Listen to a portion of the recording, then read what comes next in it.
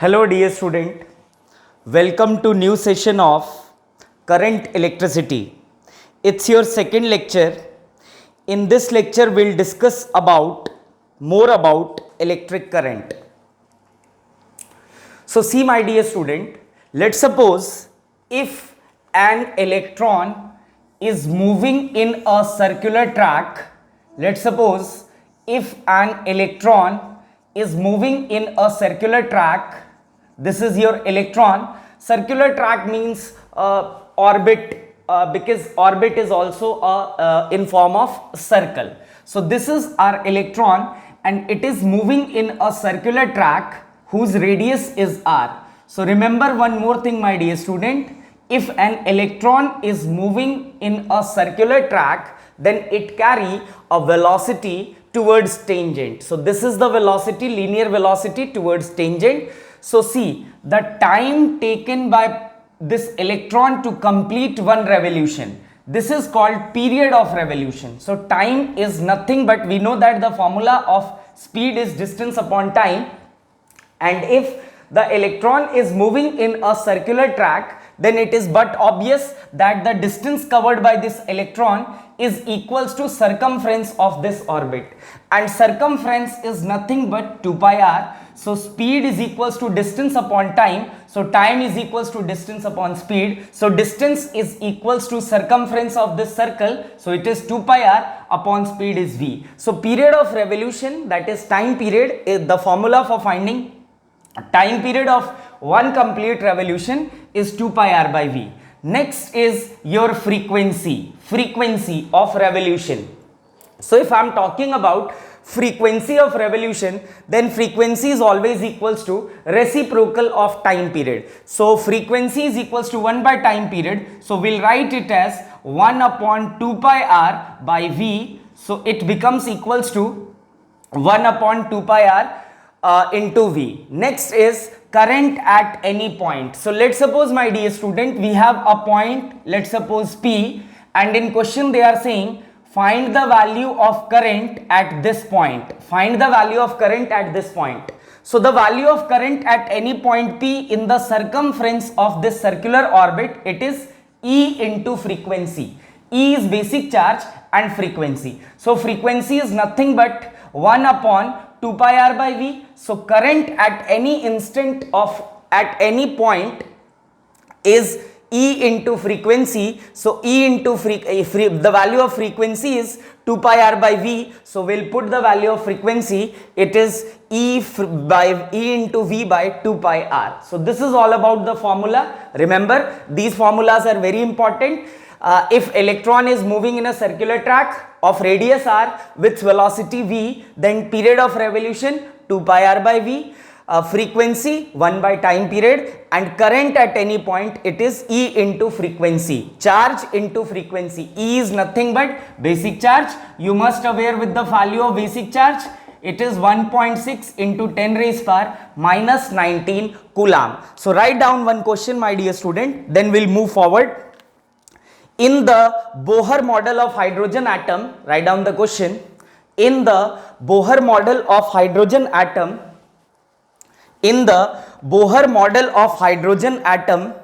the electron revolves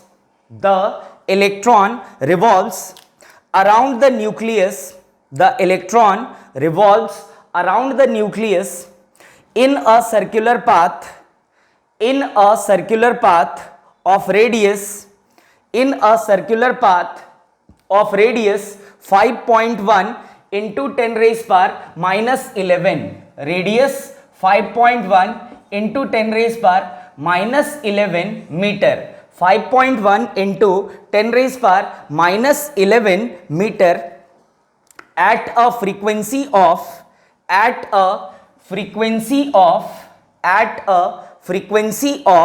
6.8 into 10 raised power 15.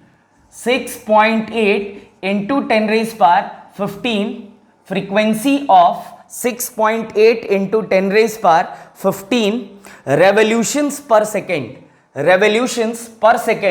Find the equivalent current. Find the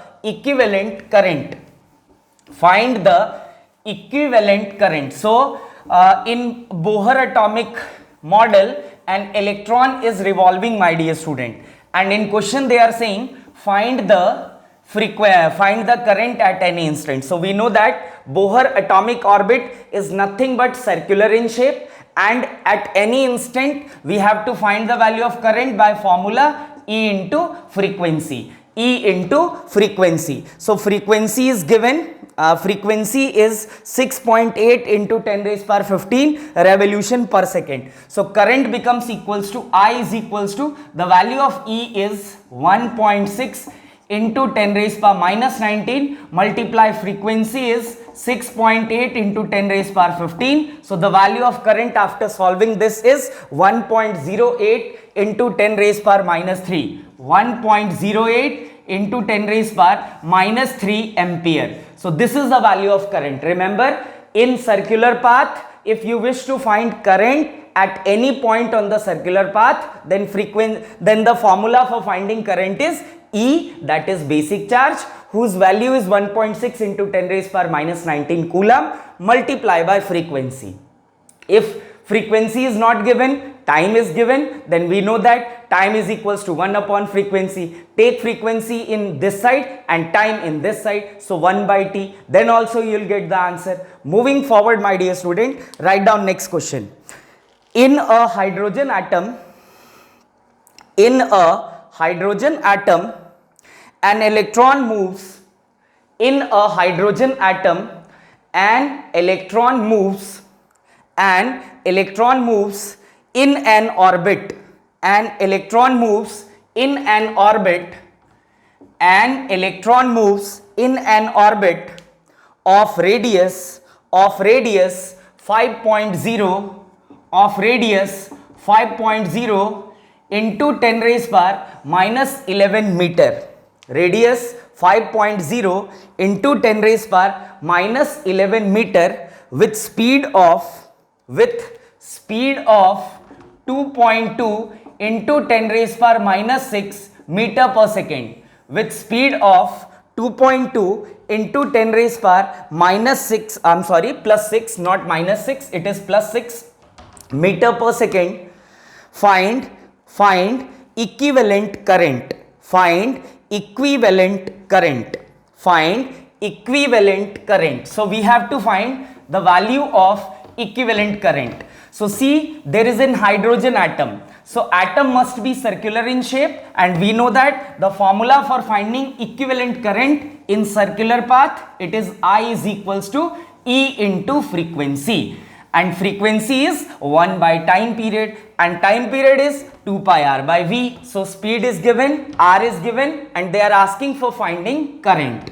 So try to find by your own. So current is nothing but E into frequency. Frequency is nothing but 1 by time period, and time period is nothing but 2 pi r by v. So first we have to find time period, then frequency. We'll put the value in equation. I is equals to E into frequency, will get the value of current. So my dear student, it will be T is equals to 2 into 3.14 pi, the value of pi is 3.14 into radius 5.0 into 10 raised power minus 11 divided by speed, it is 2.2 into 10 raised power 6. So this is the value of time period. Moving forward, talking about frequency. So frequency is 1 by time period. So time period is this. So 2 into 3.14 into 5 into 10 raised power minus 11, and this comes in numerator. So 2.2 into 10 raised power 6. So this is the value of frequency. Moving forward, for current, I is equals to E into frequency. So E is 1.6 into 10 raised power minus 19 multiply frequency 2.2 into 10 raised power 6 divided by 2 into 3.14 into 5 into 10 raised power minus 11. So I find the value of current, dear student. After solving it, you will get the answer 1.12 into 10 raised power minus 3 ampere. 1.12 into 10 raised power minus 3 ampere. This is the value of current at any instant in hydrogen atom. Moving forward, write down next question. So the question is, how many electrons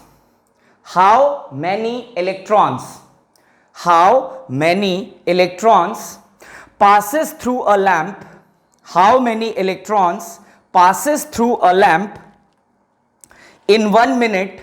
How many electrons passes through a lamp in 1 minute? In 1 minute, if the current is 300 milliampere. If the current is 300 milliampere. If the current is 300 milliampere. They are asking for how many electrons. So we have to find the value of n. Dear student, they are asking for finding the value of n, that is number of electron. So as we know, current is given, current is 300 milliampere. So first we have to convert it into ampere. So we know that it is 300 into 10 raised power minus 3 ampere. Because for converting milli to ampere, we have to multiply it with 10 raised power minus 3. Moving forward, how many electrons passes through a lamp in 1 minute? So they are asking for 1 minute. So time is given. So t is equals to 1 minute. So we know that it will be equals to 60 second.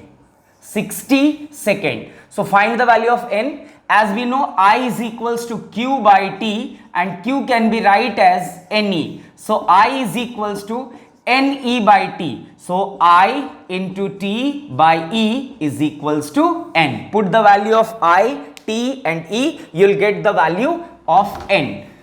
So I is 300 into 10 raised power minus 3. The value of e is 1.6 into 10 raised power. The value of e is 1.6 into 10 raised power minus 19. So what we'll get? Just check it out.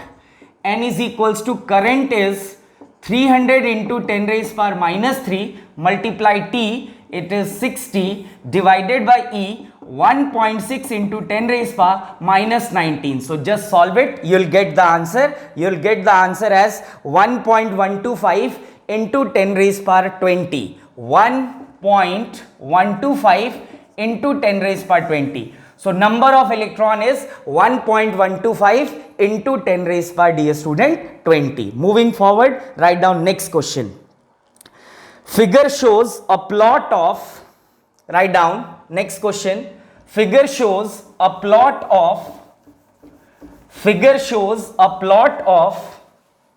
current I. Figure shows a plot of current I. Figure shows a plot of current I. Figure shows a plot of current I through the cross section of wire. Through the cross section of wire. Through the cross section of wire over a time interval. Over a time interval. Over a time interval of 10 seconds. Over a time interval of 10 seconds. Over a time interval of 10 seconds. Find the amount of charge. Find the amount of charge. Find the amount of charge that flows through the wire. Find the amount of charge that flow through the wire. Find the amount of charge that flow through the wire. That flow through the wire during this interval of time. During this interval of time.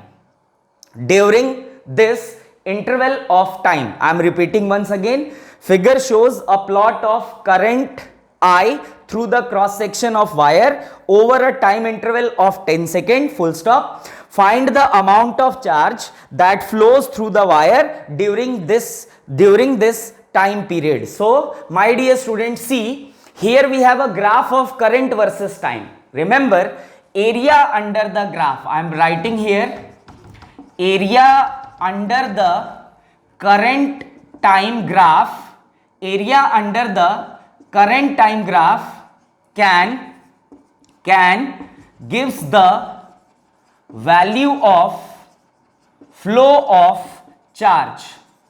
Area under current time graph can gives the value of flow of charge. Area under current time graph can gives the value of charge, flow of charge. So my dear student, this is current versus time graph, and they are asking for what is the amount of charge which is flowing during time t is equals to 0 to t is equals to 10 seconds. During time t is equals to 0 to t is equals to 10 seconds. So charge is equals to charge flow is equals to area under current time graph. This is the formula. Charge flow is equals to area under current time graph. Now see my dear student, this is the one area, this is basically a triangle, and this is another area, this is basically a rectangle. This is a rectangle and this is a triangle, and we know that area of triangle is nothing but half into base into height, and area of rectangle is side into side, that is L into B. So if we'll find the value of area of triangle, this must be 5 minus 0, so it is 5, and height must be 5 minus 0, so again 5. Similarly, this is also 5 and this is also 5. So find out the area. So what we'll get, my dear student? Charge flow is equals to half into L into B. So 5 into 5 plus 5 into 5, side into side. So it is half into 25 plus 25. So try to solve this. After solving this, you will get your answer. So answer is nothing but 37.5 coulomb. 37.5 coulomb. So 37.5 coulomb is the charge which is flowing during time interval 0 to 10 seconds. Remember, area under current time graph can gives the value of, dear student, charge. Gives the value of charge. If current time graph is given, then just find out the area, you will get the value of charge. Moving forward, my dear student, write down next question. The question is in a hydrogen discharge tube, in a hydrogen discharge tube, in a hydrogen discharge tube, in a hydrogen discharge tube, I am repeating once again, in a hydrogen discharge tube, in a hydrogen discharge tube, the number of protons drifting, the number of protons drifting, the number of protons drifting across a cross section, the number of proton drifting across a cross section per second, across a cross section per second is 1.1 into 10 raised power 1.1 into 10 raised power 18, 1.1 into 10 raised power 18, while the number of electrons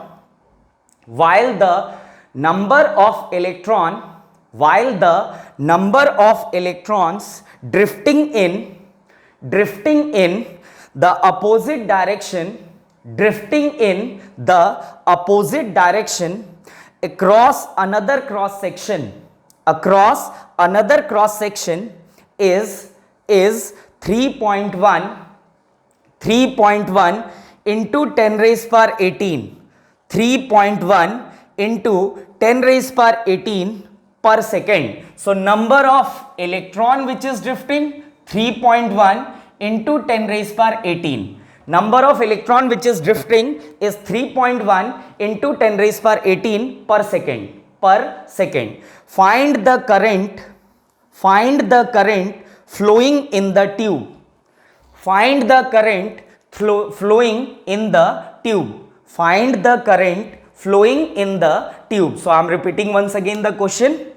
The question is, in a hydrogen tube, the number of protons drifting across a cross section per second is 1.1 into 10 raised power 18, while the number of electrons drifting in opposite direction across another cross section is 3.1 into 10 raised power 18 per second. Find the current flowing in the tube. Find the current flowing in the tube. My dear student, you have to remember this thing. See, if we are talking about hydrogen atom or semiconductor, I'll write here for hydrogen tube or semiconductor. For hydrogen tube or semiconductor, the current is due to positive as well as negative charge. Current is due to positive as well as negative charge. You have to remember this thing, my dear student. If I am talking about hydrogen tube or we are talking about semiconductor, remember, I am repeating once again. In case of hydrogen or semiconductor, remember, current is due to positive as well as negative charge. Current is due to positive as well as negative charge. If we are talking about conductor, the current is only due to flow of electron. But in case of hydrogen tube or semiconductor, remember this thing, current is due to proton as well as electron, means positive charge as well as negative charge. So current is equals to current due to proton plus current due to electron, and we know that current is nothing but Q by T, and Q can be write as Ne. So Ne by T. Now see, E is constant for proton as well as electron. E is same, my dear student. So net current is equals to, I'll write here, current due to proton means number of proton into E plus number of electron into E divided by T. So I is equals to number of proton plus number of electron into E divided by T. So I becomes equals to number of proton 1.1 into 10 raised power 18 plus 3.1 into 10 raised power 18 into E is 1.6 into 10 raised power minus 19 divided by the time is there, my dear student. So time is 1 second. So T is equals to 1 second. After solving the value, you will get 3.712 ampere. This is the value of net current in case of hydrogen atom. I'm sorry, it is 0.67, not 37. It is 67. So you have to remember this thing. In case of hydrogen tube or semiconductor, the current is due to both the charges, positive as well as negative charge. So I hope you all understand this question. Moving forward, write down another question. Write down, dear student, the amount of charge passing through, write down the amount of charge passing through a conductor, the amount of charge passing through a conductor is given by equation. The amount of charge passing through the conductor, the amount of charge passing through the conductor is given by I is equals to, Q is equals to, so Q is equals to 60 square plus 9T plus 9. Q is equals to 60 square plus 9T plus 9. The amount of charge which is flowing in given cross section is given by Q is equals to 60 square plus 90 plus 9. Find the value of current. Find the value of current at t is equals to 1 second. Find the value of current at t is equals to 1 second. So they are asking for value of current at t is equals to 1 second. So as we know that current is basically of two types. One is average and other is instantaneous current. If single time is given, then we have to find instantaneous current, dear student. So instantaneous current, that is I, is nothing but dq by dt. So I is equals to d over dt, and the value of q is 60 square plus 9t plus 9. So I becomes equals to 6 and t square. So 6 is constant, comes outside, t square. So it is 2t, 2 minus 1 plus 9t, 9 comes outside, dt by dt becomes 1 and 9 is constant. So its differentiation is 0. So I is equals to 12t plus 9. This is the value of current in terms of time t. Now see, they are asking for find the value of current at t is equals to 1 second. So let's put t is equals to 1 second in the given equation. So what we'll get, I is equals to 12 into 1 plus 9. So I is equals to 12 plus 9. So I is equals to 121 ampere is your answer. I hope you all understand. Moving forward, let's write down another question. Write down the flow of current in any cross section. The flow of current in any cross section is given by equation. The flow of current in any cross section is given by equation. The flow of current in any cross section is given by equation I is equals to 2t square plus 2. I is equals to 2t square plus 2. I is equals to 2t square plus 2. Find the value of flow of charge. Find the value of flow of charge in time t is equals to 0. Find the value of flow of charge in time t is equals to 0 to t is equals to 1 second. Find the value of flow of charge. Find the value of flow of charge in time t is equals to 0 to t is equals to 1 second. Find the value of charge in time t is equals to 0 to t is equals to 1 second. So they are asking for value of charge between time t is equals to 0 to t is equals to 1 second. So see my dear student, now we have current is given and this current is basically depends on time and they are asking for finding charge. So we know that I can be write as dq by dt. So instead of I'll put dq by dt. So dq by dt becomes equals to 2t square plus 2. T comes this side. So dq is equals to 2t square plus 2 into my dear student dt. So this is basically small amount of flow of charge, that is dq. Now for net charge, for net flow of charge integrating both side. For net flow of charge integrating both side. So integration of dq is equals to multiply dt. So 2t square dt plus integration again 2 and dt. Now see my dear student, you have to find the value of charge from t is equals to 0 to t is equals to 1 second. So at t is equals to 0, q is also equals to 0.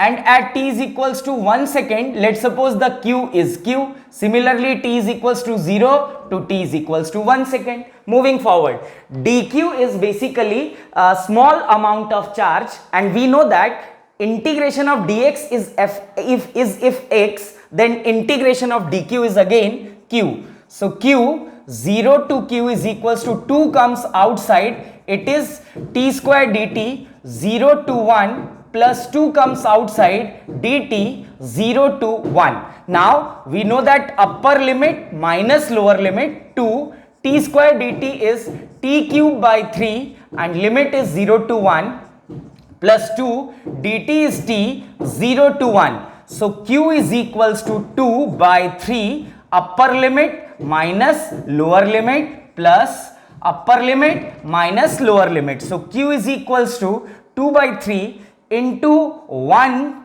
cube plus 2 into 1. So q is equals to 2 by 3 plus 2. So try to solve this, my dear student. After solving this, you will get your answer.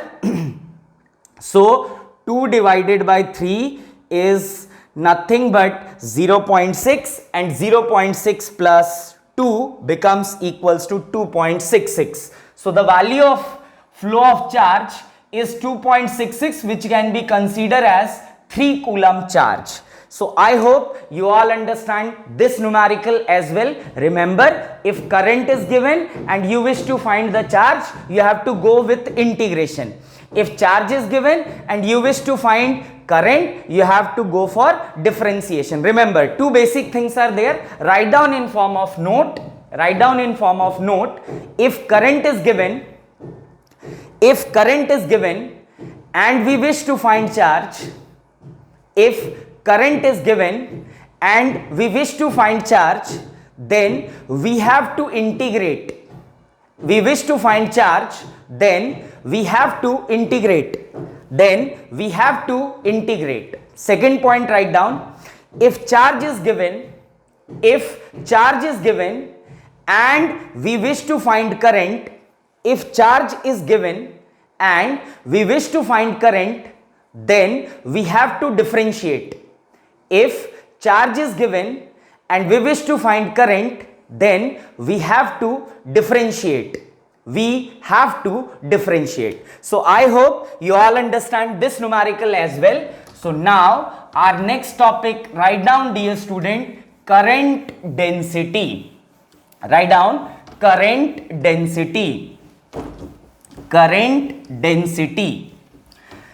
Next topic is current density. So like current is, my dear student, a scalar quantity, but current density is not a scalar quantity. Current density is a vector quantity. So write down next topic, it is current density. So our next topic is current density. I am writing here current density.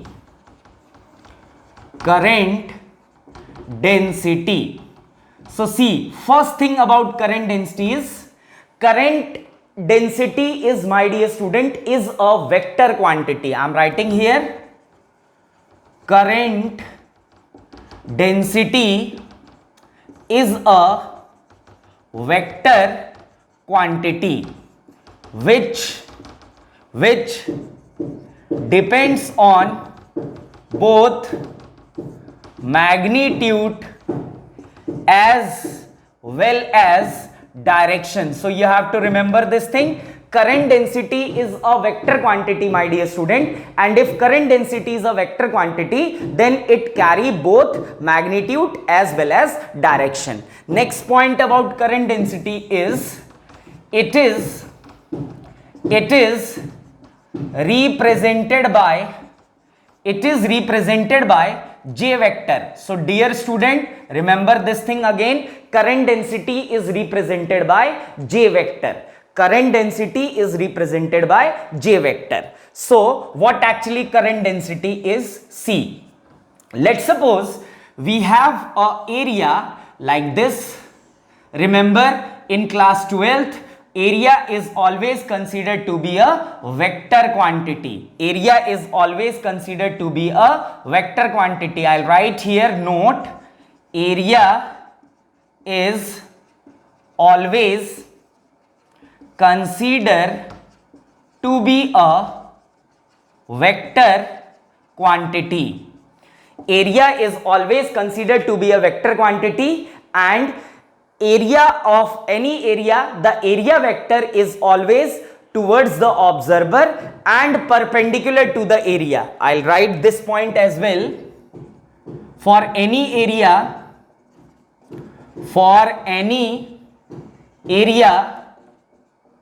the area vector is always perpendicular to the area and towards the observer What it implies, let's suppose we have this area, my dear student. This is our area.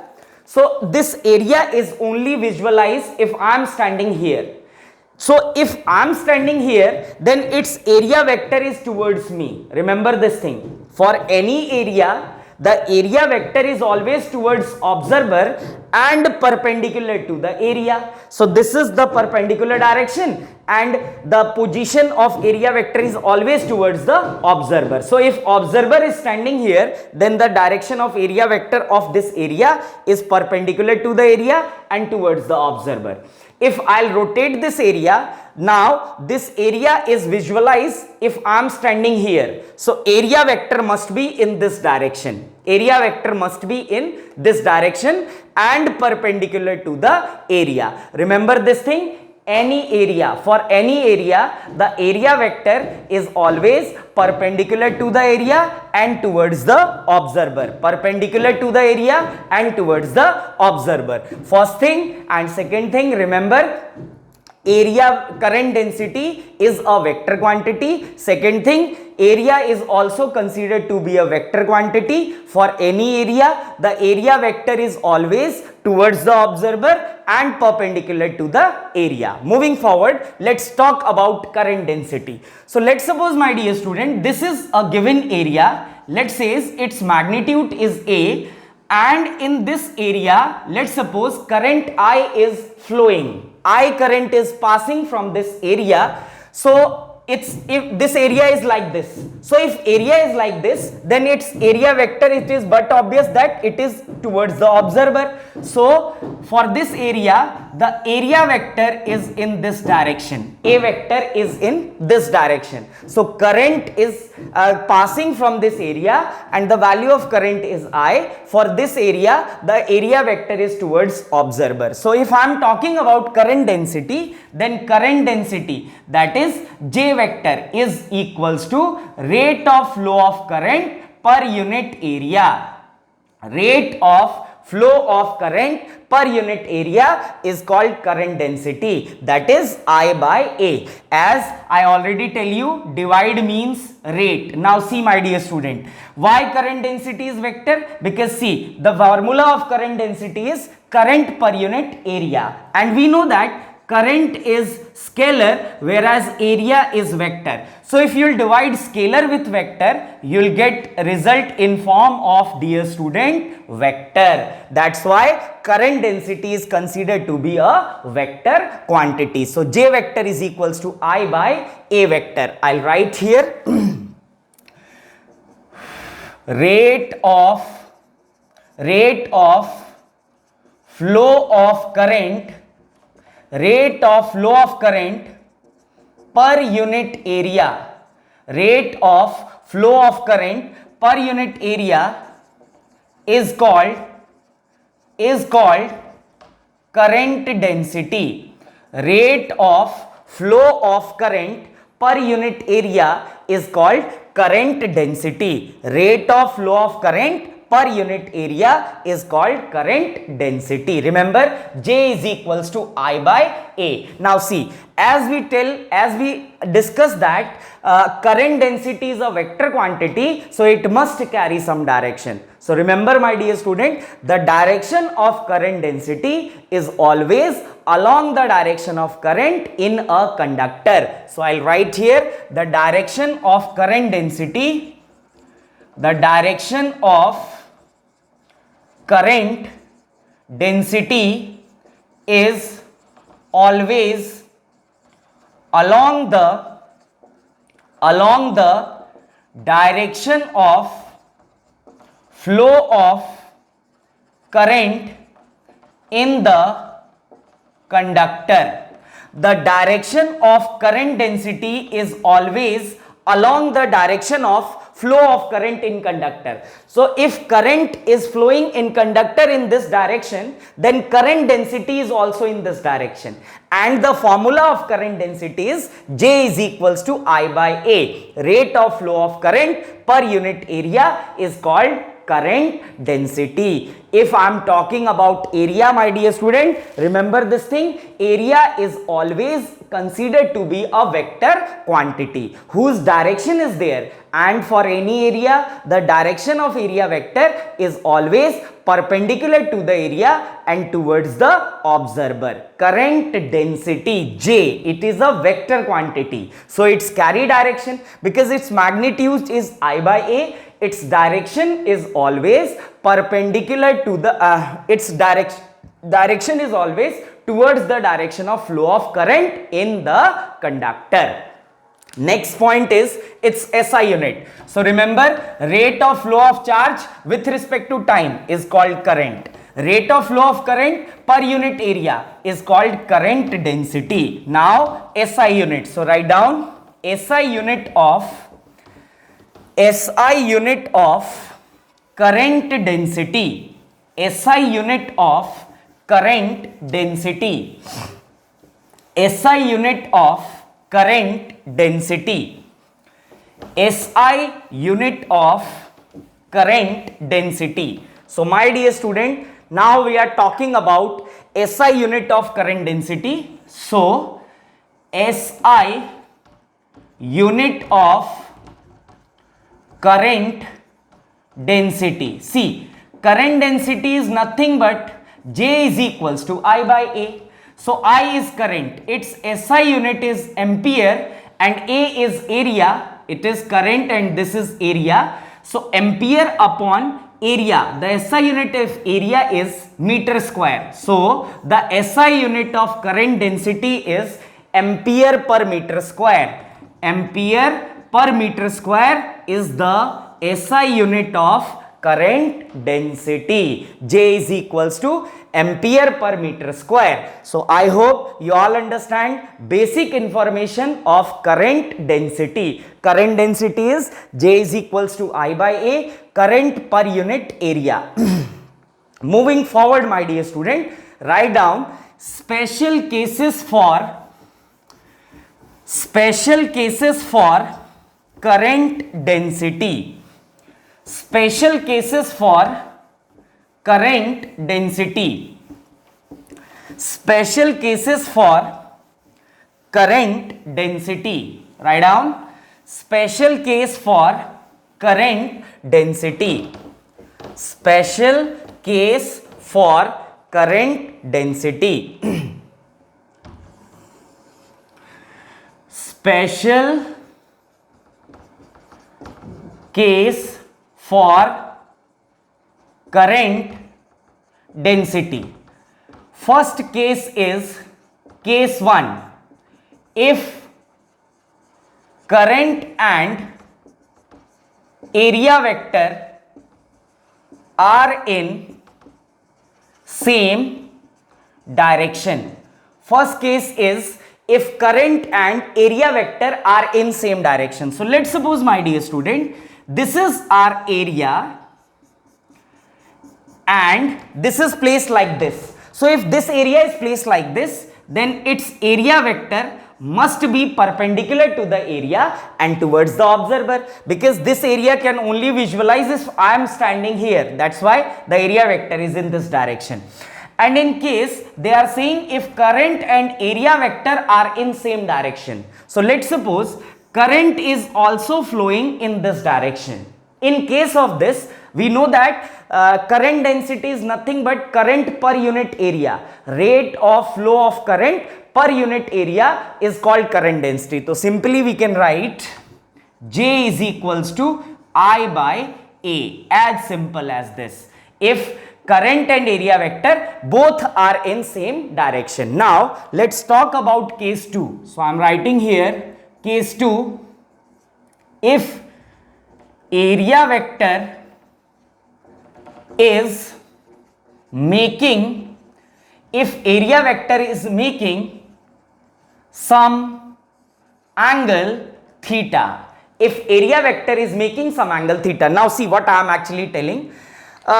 Before the area vector is, in this case the area vector is like this, the area vector is like this, and current is flowing like this. So if area vector is like this, then if area is like this, then area vector must be in this direction. Now I am saying if area vector is making some angle, let's suppose theta, it means, now let's suppose the area is like this, means we are considering area to be like this. So this is now our area whose magnitude is A. And we know that for any area, the area vector is always perpendicular to the area and towards the observer. So if I am making area vector for this area, then it must be perpendicular to the area and towards the observer, means along this direction.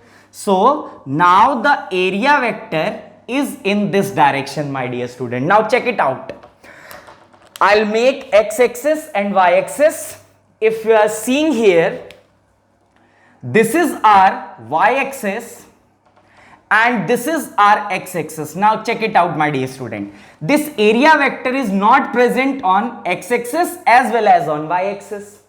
This is present between x-axis and y-axis, and this area vector is making some angle. Let's suppose the angle is theta. Now see, area is a vector quantity. For any area, if it is a vector quantity and making some angle, then we have to split its component, and we are aware with making the component for any vector, we have two components, cos and sine. Cos component always lies along that line from where angle is formed. So angle is formed with x-axis. So in this direction it is A cos theta, and along this direction it is A sin theta. Now see, my dear student, we know that the formula of current density is J is equals to I by A. Now in this situation, when area vector is making some angle theta, we have two components of area. One is A cos theta and another is A sin theta. One is A cos theta and another is A sin theta. So now we have to judge which component is used for defining current density. So if area vector is making some angle, then in that case, my dear student, we cannot consider area. Instead of area, we'll consider A effective. A effective means that component of area which is along the direction of current,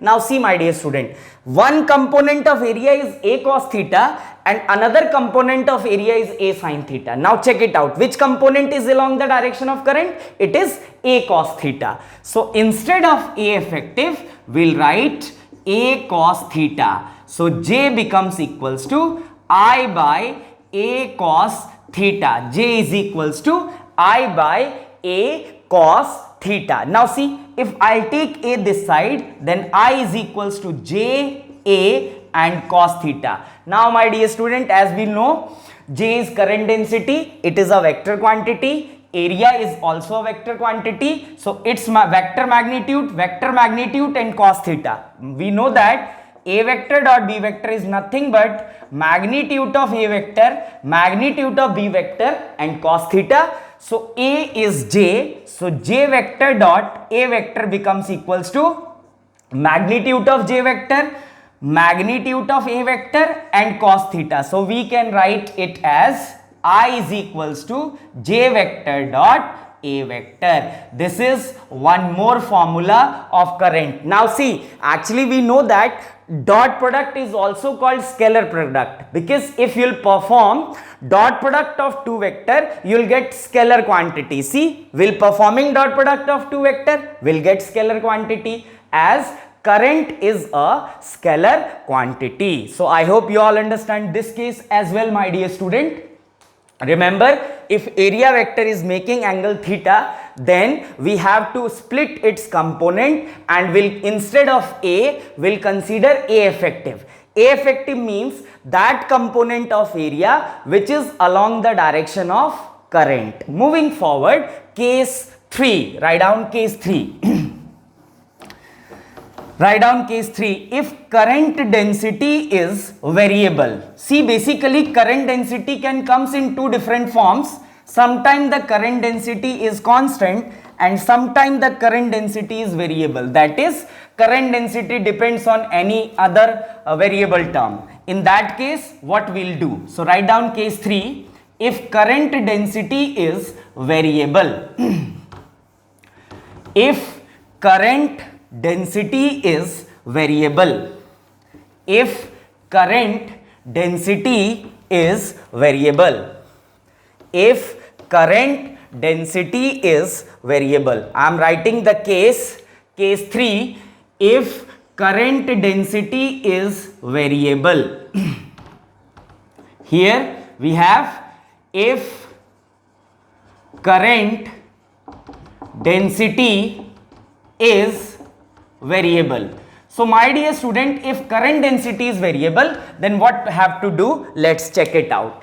Let's suppose we'll carry forward with that case in which area vector is making some angle. So my dear student, let's suppose the area vector is like this and current is flowing like this. Area vector, let's suppose in this direction, let it is to be A vector. Check it out. Area is making some angle, let's suppose theta. Now my dear student, as we know, area is a vector quantity and we are saying that current density is variable. So my dear student, remember one thing, if current density is variable, I'll write here, if current density is variable, then we have to consider small area from the given area. So we have to, if current density is variable, in that case consider a small area from this given area, my dear student. You have to consider small area, because if any quantity is variable, then we cannot follow we cannot follow the direct method. We have to go for integration. So in that scenario, if we have total area is A, then we have to consider small area, that is dA. So for small area, the area vector is also very small, that is dA vector. Now see, this small area is making angle theta. So we have to split its component, and we know that any vector can form two components. One is cos and another is sine. So along this direction, one component must be dA cos theta and another component must be dA sine theta. Now see, if area is small, then current which is flowing is also very small. So I'll write here, in that case, J is equals to di by dA. Now see, instead of dA, we know that we have to consider effective area, and effective area means that component of area which is along the direction of, my dear student, current. So along the direction of current, the area component of area is dA cos theta. So instead of dA effective, we'll write dA cos theta. So what it becomes? It becomes J is equals to di by dA cos theta. So if I'll take this side, so di becomes equals to J dA and cos theta. Now for net current integrating both sides, we have to integrate both sides. So integration of di becomes equals to integration J dot dA. As we all know, A vector dot B vector is nothing but magnitude of A vector, magnitude of B vector and cos theta. So di integration is I, it will be J vector dot dA vector. This is another form in terms of current density if it is variable. So write down, my dear student. I hope you all understand this concept as well. So current density is nothing but J is equals to I by A. If we'll write this formula like this as well, current is, we know that Q by T. So we can write it as like this also. J is equals to Q by T in by A, or we can say Q by T into A. According to the problem, we have to analyze this thing. So write down, please. After then we'll discuss next topic.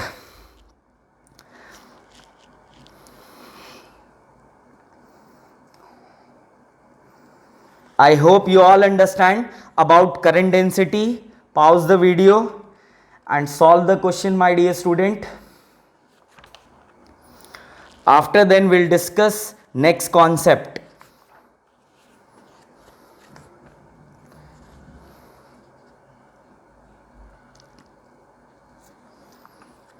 So write down Ohm's law. Write down next concept.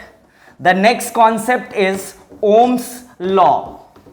Ohm's law. I hope you all are aware with Ohm's law, because this topic is covered in 10th standard as well. This chapter is present on 10th standard as well, my dear student. Basic things are covered in 10th class. So write down Ohm's law. Our next topic is Ohm's law. Ohm's law. Now we will discuss about Ohm's law. So write down Ohm's law.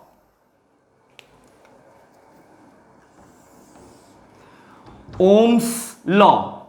Next topic is Ohm's law.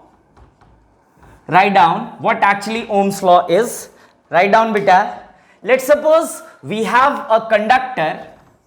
Let's suppose here we have a conductor in which I current is flowing. Now see, there is a term called resistance, or we can say a resistor. Resistor. The term is called resistor, and every resistor has its own value. That value is called resistance.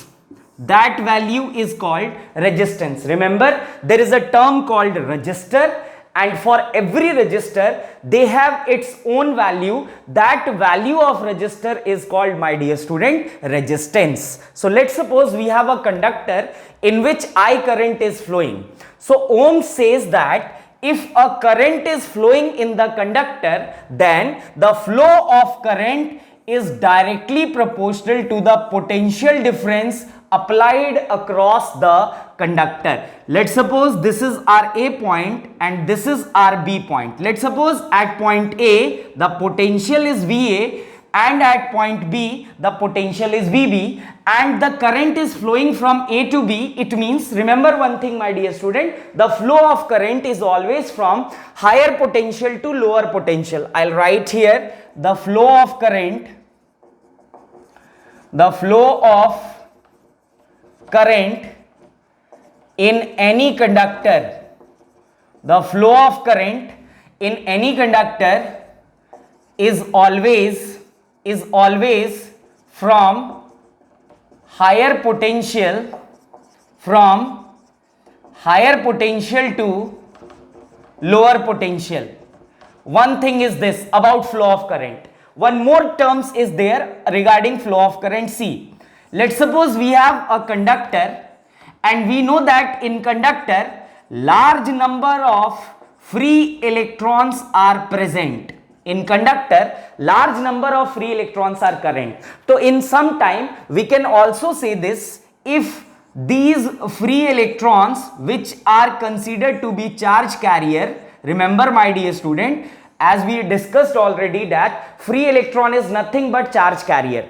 So if free electrons are present in conductor and these free electrons are moving, let's suppose in this direction, free electrons are moving in this direction, let's suppose from B to A, then the current inside the conductor can flow from A to B. Then the current inside the conductor is flowing from A to B.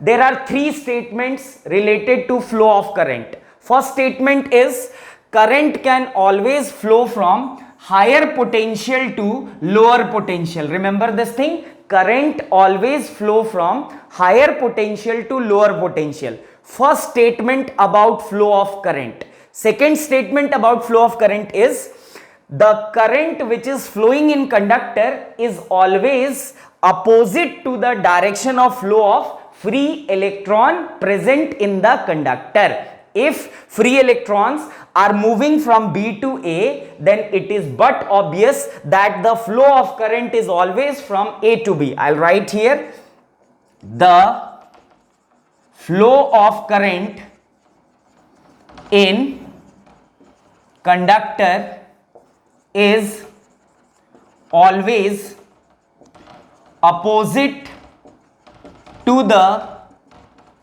direction of flow of free electron present inside the conductor.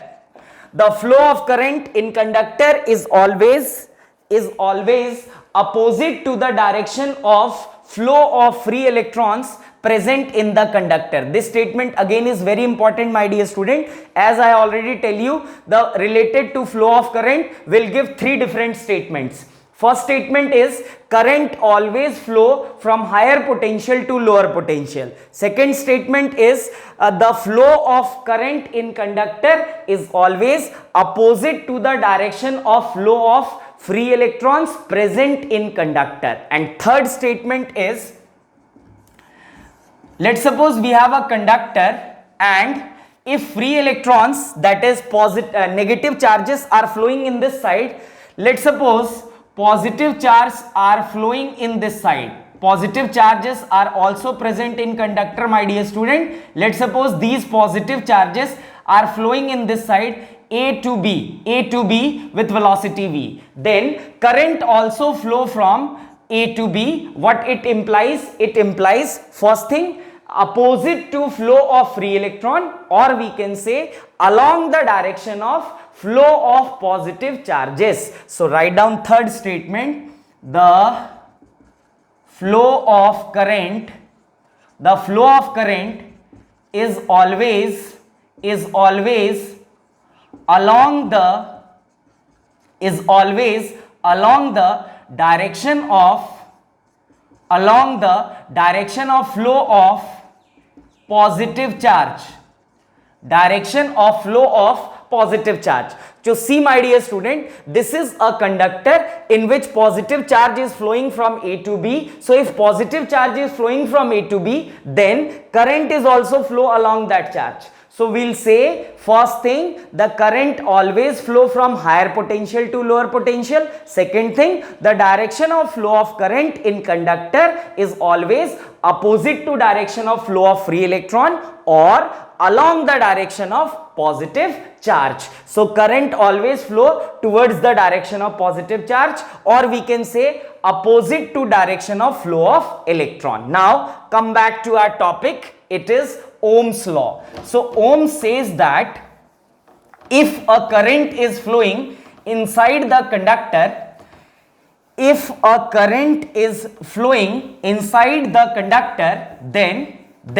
the flow of current is always directly proportional to the potential difference. Then the flow of current is always directly proportional to the potential difference. Applied across the conductor. Directly proportional to the potential difference applied across the conductor. Directly proportional to the potential difference applied across the conductor. So see, my dear student, let's suppose we have a conductor in which I current is flowing. Let's suppose point A carry potential VA and point B carry potential VB. So Ohm says that without the potential difference between two ends of conductor, without the potential difference across between the conductor, current is not able to flow. Current is not able to flow. Write down. If current is applied, if there is no potential difference across the conductor, write down, if there is no potential difference is applied across the conductor, no potential difference is applied across the conductor, then current is not capable, to flow. Current is not capable to flow. So if you wish to find current to be flow in conductor, then there must be some potential difference between both the ends of conductor. If potential of A point is VA and potential of B point is also VA, then current is not able to flow in conductor. For flow of conductor, it is mandatory that potential difference must be present across both the ends of the conductor. So Ohm says that V is directly proportional to I. Now see my dear student, as we all know, we cannot carry forward potential directly proportional symbol. So if you wish to remove the directly proportional symbol, you have to introduce some constant. So constant here is V is equals to IR. So R is nothing but constant, and this constant is said to be resistance of the conductor. Resistance of the conductor. Every conductor carries some resistance, and that resistance is basically treated as, my dear student, constant. So remember this thing, the relation is given by Ohm's law. It is V is equals to IR. V is potential difference across the ends of the conductor. Potential difference across the ends of conductor. I is nothing but current in conductor, and R is resistance of the conductor, which is basically nothing but constant. So we'll see V is equals to IR. Now there are lots of things which we have to analyze with this relation. First is, if potential is more across the conductor, then current flowing across the conductor is also more. So write down first case, write down discussion of Ohm's law. Put it heading discussion of Ohm's law. Write down discussion of Ohm's law. Discussion of Ohm's law. Discussion of Ohm's law. First thing is a potential difference across the conductor. Potential difference across the conductor is directly proportional to the current flowing in conductor. Remember this thing, potential difference across the conductor is directly proportional to the current flowing in conductor. More is the potential difference across the conductor, more current will flow in the conductor. Second thing is, let's suppose I is taken this side, so V by I is equals to R, or we can say I is equals to R by V, V by R. I is equals to V by R. So see my dear student, I is inversely proportional to R. R means resistance of the conductor. See, current is inversely proportional to resistance of conductor. So if current is inversely proportional to resistance of conductor, it implies if resistance of conductor is more, then current across the conductor is less. So we can say resistance of those conductor who carry more resistance its conductivity is less. Conductivity means approximation, conductivity means how the current is flowing in conductor. So write down second point, resistance of conductor is inversely proportional to the current flowing in the conductor. Resistance of conductor is inversely proportional to the current flowing in conductor. If resistance of conductor is more, write down, if resistance of conductor is more, then the current flowing in conductor,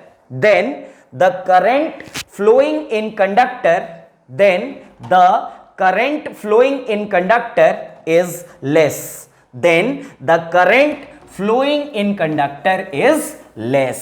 I hope you all understand this concept called Ohm's law. Now we'll make the graph of Ohm's law. So write down graph of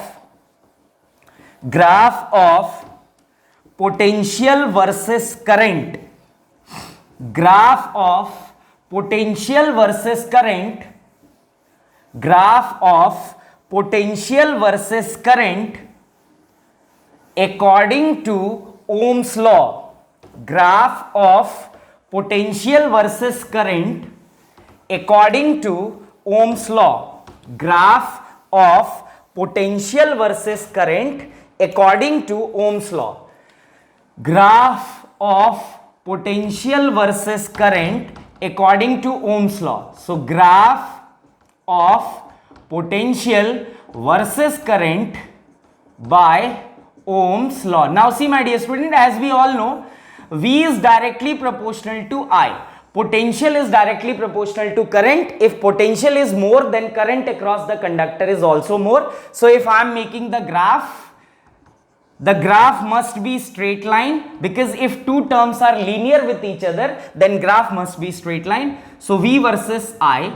If I am writing the expression, it is V is equals to IR. Now see, if V and I is proportional, then the graph must follow straight line. Now we know that the equation of straight line is nothing but y is equals to mx plus c.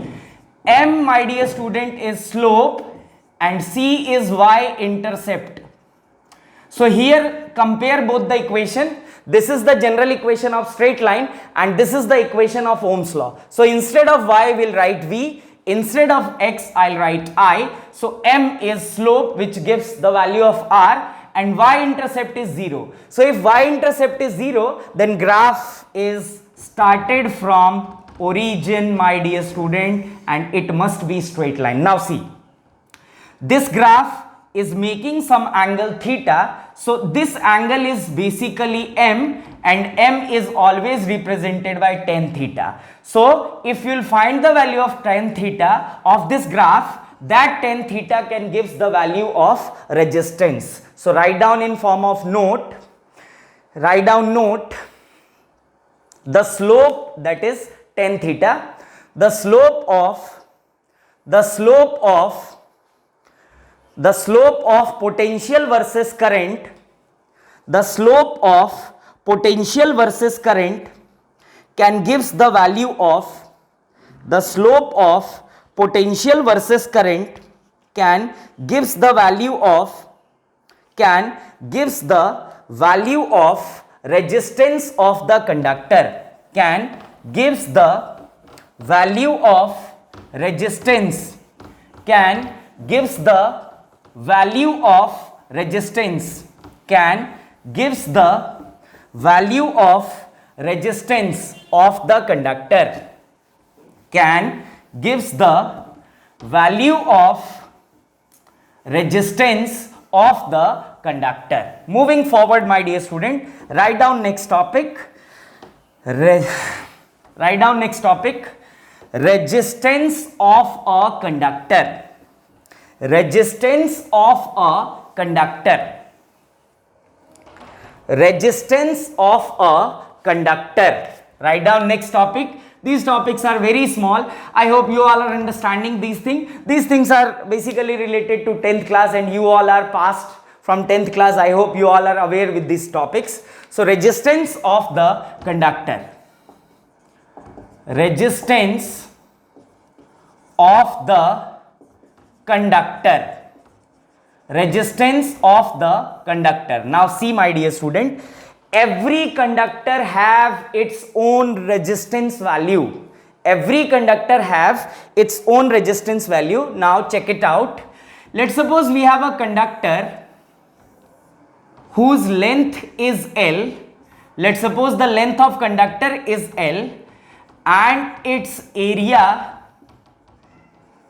is A having radius R. Now see my dear student, the law says the resistance, first law is basically resistance of the conductor. Resistance of the conductor is directly proportional to the length of the conductor, that is R is directly proportional to L. This is our first equation. Similarly, second equation says resistance of the conductor is inversely proportional to the area of conductor. Inversely proportional to area of conductor. So we'll write R is inversely proportional to area. This is our second equation. This is our first equation. Now what we have to do? We have to compare equation 1 and 2. So write down, compare equation 1 and 2. I'm compare equation 1 and 2. So what we'll get?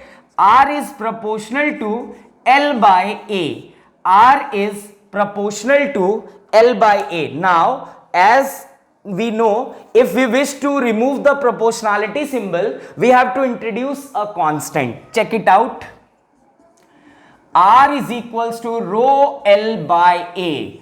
This rho is basically constant, my dear student, and this rho is called resistivity of resistance. First thing. Second thing, my dear student, this is basically nothing but material constant. So remember, for different types of conductor, the value of resistivity is different. Let's suppose if the resistivity of copper is 1, then resistivity of aluminum is something else, resistivity of iron is something else, resistivity of silver is something else, resistivity of we can say another material is different. So remember this thing, the formula, it is R is equals to rho L by A. Resistance of any conductor is directly proportional to length of the conductor, first thing. Second thing, resistance of the conductor is inversely proportional to the area of cross section of the given conductor. So if length of the conductor is more, its resistance is also more, and we know that for any conductor, if resistance is high, then its conductivity is less. That means on that conductor, the flow of current is less. So remember, R is proportional to L and R is inversely proportional to 1 by A. If area of cross section of conductor is more, then its resistance value is less. After comparing this, we'll get R is proportional to L by A. For removing proportionality, we have to introduce a constant called rho. Rho is called resistivity. For different material, remember this thing, this is basically material constant. For different material, the value of resistivity is different. And one more thing, my dear student, write down in form of note, if resistivity of conductor is more, if resistivity of conductor is more, then then its conductivity is less. Then its conductivity is less. Then its conductivity is less. So remember this thing, if conductivity is less, it implies the current across the conductor which is flowing must be less, because conductivity is friend of current and resistivity is enemy of current. So R. So SI unit is basically ohm. Remember, the SI unit of resistance is ohm. The SI unit of resistance is ohm. Now see, R is equals to, if rho L by A, then R into A by L is considered to be, my dear student, rho. Rho is resistivity. Moving forward, let's start a new topic. If I wish to find its SI unit, you have to find, see, R is resistance, is SI unit is ohm, A is area, so it is meter square, and L is length, so it is meter. So meter get cancelled. So at SI unit of resistivity is ohm meter. Next topic is conductivity. Write down next topic. It is conductivity. Conductivity. So my dear student, basically conductivity is reciprocal of resistivity. Nothing hard and fast in this. So conductivity is reciprocal of resistivity. Reciprocal of resistivity is called conductivity. Reciprocal of resistivity is called conductivity. So basically, how will present conductivity? It is represented by sigma. So sigma is equals to nothing but 1 by rho. Remember, conductivity is reciprocal of resistivity. So we'll say, if any conductor have high resistivity, it means its conductivity is less. That means the flow of current across that conductor must be less. Remember this thing. If resistivity is high, then conductivity must be less. Now, if we'll discuss its SI unit, so its SI unit is sigma is equals to 1 by rho. So it is ohm meter. So it is ohm inverse meter inverse. Remember, if conductivity is high, then resistivity is low. If resistivity is high, then conductivity is low. I hope you all understand this concept what we discuss. Now, my dear student, this is all about today's lecture. In next class, we'll discuss another topic called how to find the value of resistance through color coding. That topic was very important. The color coding of resistance is very interesting topic. You all are enjoying. So try to make proper notes, aware with all the formula, and try to practice more and more questions related to all those topics which we'll covered. So thank you so much, my dear student, with connecting with us. Stay happy, stay safe, take care.